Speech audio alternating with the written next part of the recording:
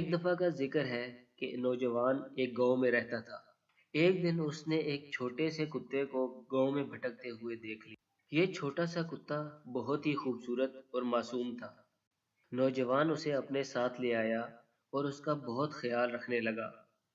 آہستہ آہستہ کتا جوان ہو گیا۔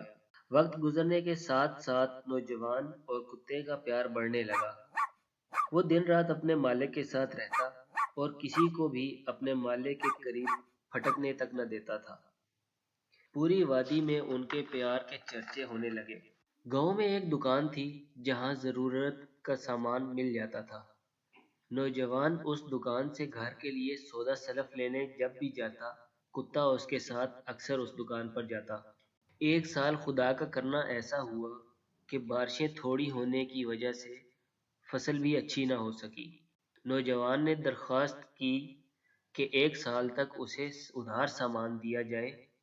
دکاندار کچھ سوچنے کے بعد کہنے لگا کہ وہ اپنا کتا بطور ضمانت قرض کی ادائیگی تک میرے پاس چھوڑ جائے۔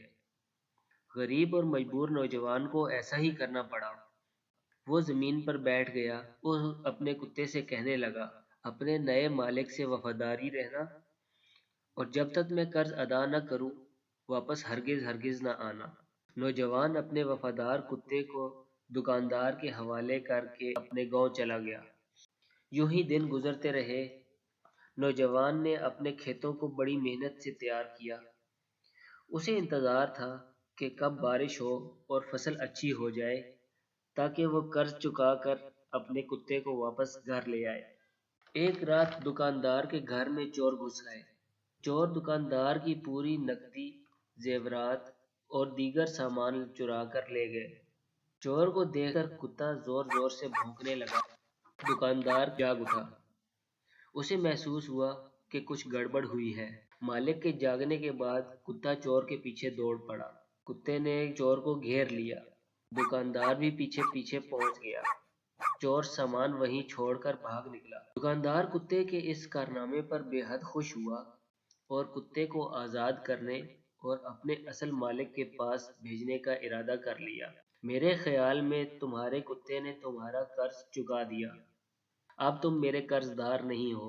تمہارے کتے کو آزاد کر کے تمہارے پاس واپس بھیج رہا ہوں۔ دوسرے دن دکاندار نے کتے کے گلے میں یہ پرچی ڈالی اور کتے کو اپنے پرانے مالک کے گھر جانے کا حکم دے دیا۔ کتے نے خوشی خوشی اپنے پرانے مالک کے گھر کی طرف دوڑ لگا دی۔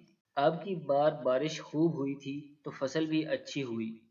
فصل کی کٹائی کا وقت ہوا تو نوجوان نے کٹائی کے بعد اناج بیچ کر قرض کے پیسے چکانے کا انتظام کیا۔ وہ دکاندار کی طرف روانہ ہوا کہ اچانک اس کی نظر اپنے کتے پر پڑی۔ دونوں کا آمنا سامنا ہوا۔ کتا خوشی سے منہ ہلانے لگا۔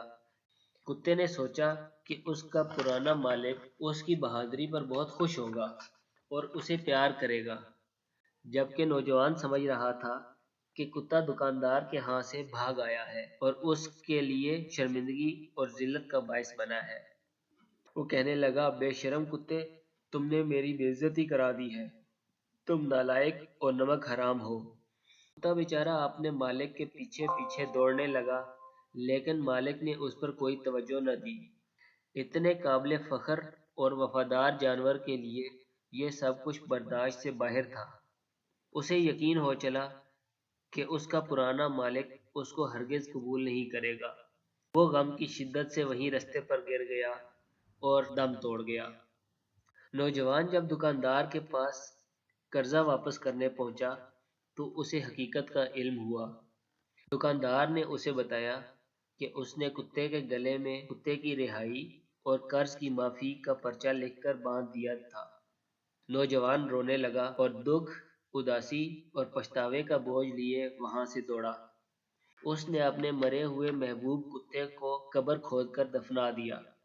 آج بھی اس وفادار اور قابل فخر کتے کی قبر اسی گاؤں میں موجود ہے۔